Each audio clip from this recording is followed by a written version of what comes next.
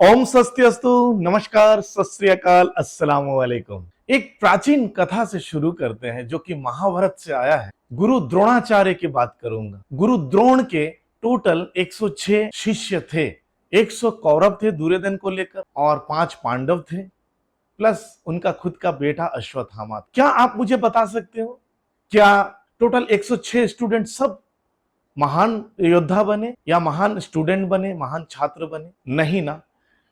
Total 106 में से केवल और केवल अर्जुन ही सर्वश्रेष्ठ धनुर्धर बने और गुरु द्रोण के सबसे प्रिय छात्र बने। मेरा ये कहानी का ये अर्थ है कि आप किसी से भी कोई भी ज्ञान प्राप्त कर ले, किसी से भी कोई भी ज्ञान प्राप्त कर ले, किसी भी गुरु से सीख ले, परंतु क्या आप अर्जुन बन सकते हो?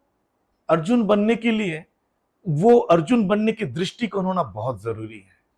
जी हाँ दोस्तों, तो हर कोई जैसा अर्जुन उस समय नहीं बन सका, तो कैसे उम्मीद लगाता है कि आज भी कोई हर जो स्टूडेंट जो गुरु से सीखेगा, किसी एक अच्छे गुरु से, और वो अर्जुन बन जाएगा? ऐसा बिल्कुल नहीं होता।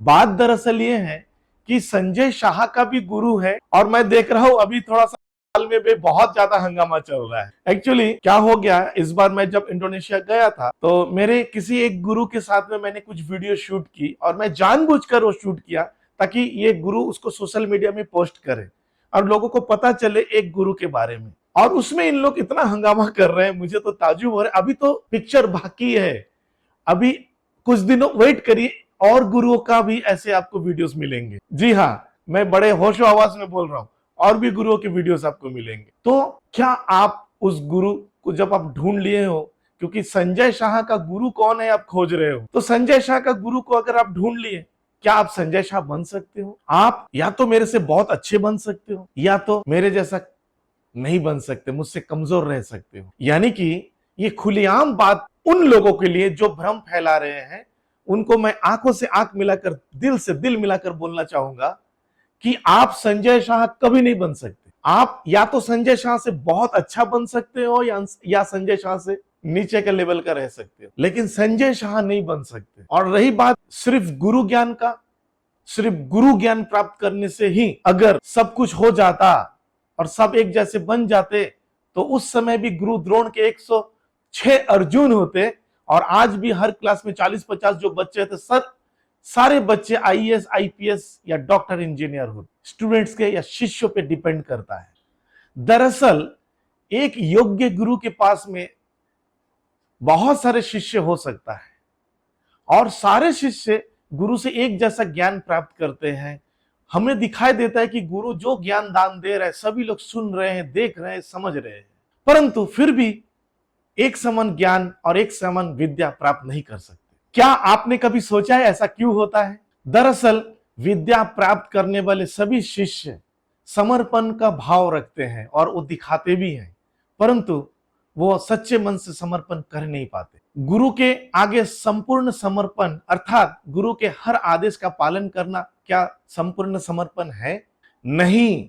समर्पण का वास्तविक अर्थ है जब गुरु के प्रति मन में कोई संदेह ना हो, गुरु के मुख से आदेश निकले उससे पूर्व भी शिष्य गुरु का वह कार्य पूरा कर दे, गुरु के विचारों के साथ शिष्य का विचार एक हो जाए। इसीलिए जब तक आपको अपने गुरु में ब्रह्मा, विष्णु और महेश ये रूप ना दिखे, तब तक आपका समर्पण सत्य नहीं है।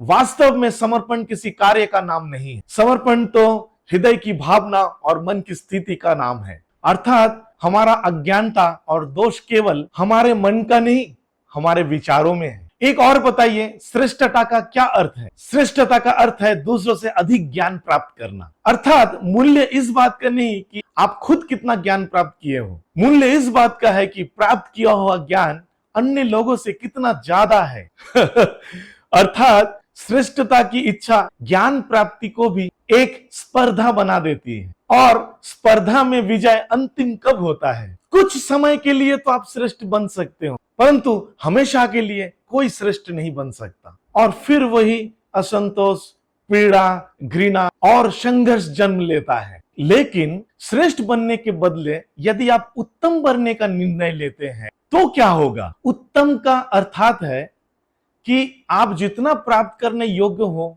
वो सब प्राप्त कर ले, किसी से अधिक पाने की इच्छा से नहीं, मात्र खुद की आत्मा की तृप्ति है तो कुछ प्राप्त कर ले। और उत्तम के मार्ग पर किसी और से स्पर्धा नहीं होती। स्पर्धा का मतलब है कंपटीशन, स्वयं अपने आप से स्पर्धा होती है। अर्थात उत्तम बनने वाले को देर सवेर सारा ज्ञान प्राप्त हो जाता है, बिना प्रयत्न के ही वो श्रेष्ठ बन जाता है। परंतु जो श्रेष्ठ बनने का प्रयत्न करता है वो चाहे श्रेष्ठ बने या ना बने, वो उत्तम कभी नहीं बन पाता। थोड़ा सा सोच कर देखें। Moral of the story is कि मैं देख रहा हूं, चाहे नेपाल के हो या भारत के हो या इंडोनेशिया के मास्टर हो, और इल्म गिल्दम हो, मैग्नेटिज्म हो, हिप्नोटिज्म हो या कुछ भी ऐसे कोर्सेस हो, चाहे रेकी हो, प्राणिक हीलिंग हो, कुंडलिनी रेकी हो, हर एक चीज को लेकर ये जो दावा कर रहे हैं आप, मैं उन विशेष लोगों के लिए बोल रहा हूं, उन विशेष टीचर्स के लिए बोल रहा हूं जो यूट्यूब में वीडियो बना रहे हैं या सोशल मीडिया में वीडियो बनाकर मार्केटिंग कर रहे हैं और बोल रहे हैं कि मेरा ज्ञान श्रेष्ठ है, मेरे पास रियल है, मेरे पास ओरिजिनल है। क्या ओरिजिनल है और क्या डुप्लीकेट है? कौन बड़ा है? क्या जवाब दोगे अगर मैं आपसे पूछूं कौन बड़ा है, कौन श्रेष्ठ है? उत्तम बनिए, खुद के लिए सीखिए। हाँ, आप सीखते जाओगे तो आप उस काबिल बनोगे तो कोई ना कोई ईश्वर आपके पास में भेज देगा किसी को सीखने के लिए। आप वो माध्यम तो बने, ये है जरूरी। मैं अंडमान में रहता हूं, अंडमान की बात करूंगा। जैसे कि ज्योग्राफिकल हिसाब से अंडमान निकोबार आइलैंड समंदर से घिरा हुआ है, तो मैं बचपन से देखते आ रहा हूं, जब समंदर किनारे जाता हूं, मेरे घर से 5 से 10 मिनट का रास्ता होता है समंदर जाने में, और मैक्सिमम समय जाता हूं तो मैं देखता हूं दूर में खड़े होकर कि समंदर कितना शांत है, फिर भी समंदर में कितना लहरों के शोर भी, और हर लहर जब ऊंचा उठता है वो सोचता है वो सबसे श्रेष्ठ है, बट थोड़े देर में दोबारा वो गिरता है और समंदर में विलीन हो जाता है। तो इस जीवन में, इस दुनिया में कौन श्रेष्ठ है? अगर कोई श्रेष्ठ है तो ईश्वर है, वो परम ब्रह्म है, वो इस दिव्य नेचर है। इससे बड़ा इस दुनिया में कोई नहीं है, कोई परफेक्ट नहीं है, कोई बड़ा नहीं। तो क्यों इतना आप दावा करते हो कि आपके पास श्रेष्ठ ज्ञान है? श्रेष्ठता का अर्थ ही गलत निकाल रहे हैं सब आप लोग। मैं आप में से उन स्पेशल लोगों के प्रति बड़े विनम्र भाव से हाथ जोड़कर बोलूंगा, ये जो नफरत भरी भाव से आप वीडियोस बनाते हो, क्योंकि आप जो भी ज्ञान सीखे हो, ऑल्टरनेटिव थेरापी चाहे कुछ भी हो, चाहे इल्म गिंदम हो, मैग्नेटिज्म हो, मेस्मरिज्म हो, रेकी हो, कुंडलिनी रेकी हो और अदर्स कुछ भी हो, सब आध्यात्म ज्ञान है, स्पिरिचुअल नॉलेज है और ऑल्टरनेटिव थेरापी है। इसमें आप रिसर्च करें, आप अपना जो भी लाभ है लोगों को बताएं, वो ना करके आपके पास श्रेष्ठ है और दूसरे को छोटा दिखाना, इसको मिलाकर जो आप काम कर रहे हो ना, ये आपके स्पिरिचुअलिटी को विनाश कर रहा है।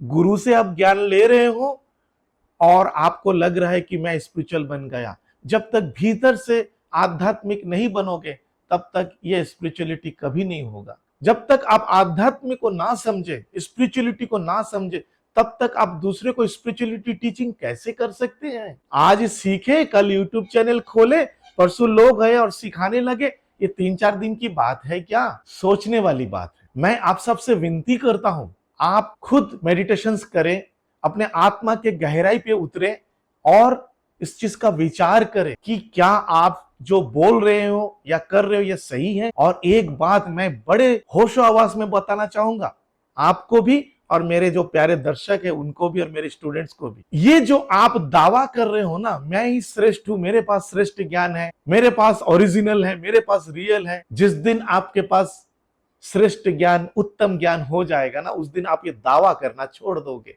जब तक ये दावा करते रहोगे तब तक आप ऐसे ही चलते रहोगे, ऐसे ही भटकते रहोगे। मैं बहुत ताज्जुब होता हूं, आज से 5-6 साल पहले मैं इंडोनेशिया गया और तब से अभी हर साल मैं 1 बार 2 बार जाता हूं और कई सारे गुरुओं से मिला, कई सारे ज्ञानों को मैंने प्राप्त किया है। और मैं आज देख रहा हूं कि जो लोग ऑलरेडी गिंदम सिखा रहे हैं, जो लोग ऑलरेडी मैग्नेटिज्म सिखा रहे हैं, एंशिएंट मैग्नेटिज्म सिखा रहे हैं और दावा कर रहे हैं मेरे पास रियल है, वो आज भी भटक रहे हैं, आज भी इंडोनेशिया के कई सारे मास्टर्स और गुरुओं के पास जाकर सीख रहे हैं। तो एक बात बताइए, अभी आप इंडोनेशिया जाके आए, और 1 महीना पहले जो आपने वीडियो बनाया था कि मेरे पास रियल है, ओरिजिनल है, वो कौन सा था? और अगर वो रियल था तो अभी आप क्यों सीखने गए? ये बहुत बड़ा सवाल है। मतलब क्या बोलूं, इसमें बोलने का कुछ रह नहीं गया है। हालांकि इसके बारे में कई सारे वीडियोस मैंने बनाया है। हाथ जोड़ के विनती करता हूं, ऐसे बच्चों जैसे हरकत ना करें, नादानी ना करें। लोग हंस रहे हैं, बदनाम हो रहा है मैग्नेटिज्म, बदनाम हो रहा है गंदम, बदनाम हो रहा है हिप्नोटिज्म, बदनाम हो रहा है मैस्मेरिज्म, एंशिएंट मैग्नेटिज्म, सब बदनाम हो रहा है। लोग हंस रहे हैं कि ये गुरु लोग दावा कर रहे हैं लोग स्पिरिचुअल है, और स्पिरिचुअल होने के बावजूद भी एक दूसरे के टांग पकड़ के खींच रहे हैं। ये क्या हो रहा है? बड़ी विनती से बोलूंगा, इससे अच्छा है आप एक दूसरे से बात करें। आप मुझसे बात करना चाहे, मैं आपका स्वागत करता हूं। मुझसे डायरेक्ट बात करें, मेरा व्हाट्सएप नंबर में व्हाट्सएप करें, मैं आपको समय दूंगा। एक इकट्ठे होइए, ऑनलाइन में मीटिंग करिए, सब मिलकर बात करते हैं, एक दूसरे के प्रति जो भी भड़ास है उसको निकालिए और इकट्ठे होकर काम करिए। आप बिजनेस अकेले अकेले करो, कोई बात नहीं, लेकिन ये जो एक दूसरे के प्रति भ्रम पैदा कर रहे हो, मैं बड़ा, वो गलत है। ये केवल आप अपने को श्रेष्ठ करने के लिए जो कर रहे हो ना, इसका नुकसान क्या हो रहा है पता है?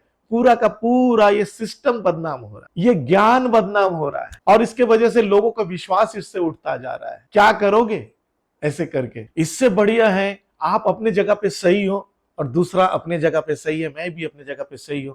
मैं अपने जगह जैसा कर रहा हूं, आप मुझे करने दे। आप अपने जगह जैसे कर रहे हो उसे आप करते रहिए, लोगों से आपको भी करने दे, और तीसरा व्यक्ति जो कर रहे हैं उनको भी करने दे, और आप भी करें। ये बेटर है। अगर कोई जगह डाउट है, कोई प्रॉब्लम हो रही है, कोई रास्ता चाहिए, तो आपस में एक दूसरे से बात करें। आप चाहो तो जैसे हर चीज का एक एसोसिएशन होता है, जैसे प्राणिक हीलिंग का एसोसिएशन है, रेकी का एसोसिएशन है, हालांकि इंडिया में नहीं है रेकी का, फिर भी ओरिजिनल एसोसिएशन। उसी प्रकार इंटरनेशनल और नेशनल लेवल पे इल्म गंदम को लेके, मैग्नेटिज्म को लेके एक एसोसिएशन बनाइए, और उसमें कुछ शिष्टता का या शिष्टाचार बनाइए और उसका पालन करें। ये और अच्छी बात है। मैं आह्वान करता हूं आप सभी का, अगर क्योंकि मुझे पता है मेरे हर वीडियो को आप लोग देखते हो, दर्शक तो देखते हैं, लेकिन आप लोग बहुत स्पेशल मेरे वीडियो का इंतजार कर, ठीक है? और अगर आपको मेरे गुरु के बारे में जानना है तो भी आप जान सकते हो, लेकिन क्या आप मेरे गुरु के पास में जाकर आप मेरे जैसे बन जाओगे? ये मेरा दावा है, मेरे जैसा नहीं बन सकते आप मेरे से ज्यादा बड़े हो सकते हो या मेरे से कम छोटे रह सकते, मेरे जैसा नहीं हो सकता। इस दुनिया में कोई भी किसी के जैसा नहीं बन सकता, चाहे आप कोई सिंगर हो या कोई फाइटर हो या कोई खिलाड़ी हो, उसके जैसा है, लेकिन वो नहीं है। तो जैसा कभी ओरिजिनल नहीं होता है ना। तो इस बात का ध्यान रखें। धन्यवाद, और उम्मीद करता हूं आगे से ऐसे जो नफरत फैलाने वाली भावना और ईर्ष्या और घृणा से भरा हुआ भावना से जो आप लोग वीडियो बना रहे हो एक उच्चतम विद्या के लिए, चाहे गंदम हो, मैग्नेटिज्म हो, उससे आप लोग परहेज करेंगे और एक शिष्टाचार का पालन करेंगे, ताकि दिव्य शक्ति आप लोगों को ब्लेसिंग दे। और अगर नहीं करते, मैं इतना बता देता हूं, आप लोगों को दिव्य शक्ति के बारे में कितना पता है नहीं पता, लेकिन मुझे पता है वो लोग नाराज है और नाराज हो रहे हैं। इन फ्यूचर में बड़े बड़े विपत्तियों का सामना आपको खुद को करना पड़ सकता है। यहां तक कि मैंने देखा भी है, मेरे 1-2 पूर्व स्टूडेंट्स जो अलग हो गए, उनको प्रॉब्लम हुई, और ऐसे ऐसे मास्टर्स को भी मैंने देखा जो मेरे स्टूडेंट नहीं है, लेकिन ऐसे भावनाएं फैला रहे हैं, उनको भी प्रॉब्लम हो गया और वो धीरे धीरे बंद कर रहे हैं। देखो, हर चमकदार चीज हीरा होना जरूरी नहीं है, और हर हीरा चमके ऐसा भी जरूरी नहीं। तो पहचान करिए सच्चाई का और आगे बढ़िए। धन्यवाद मेरे वीडियो को देखने के लिए। मेरी ओर से आप सभी को एनर्जी ब्लेसिंग।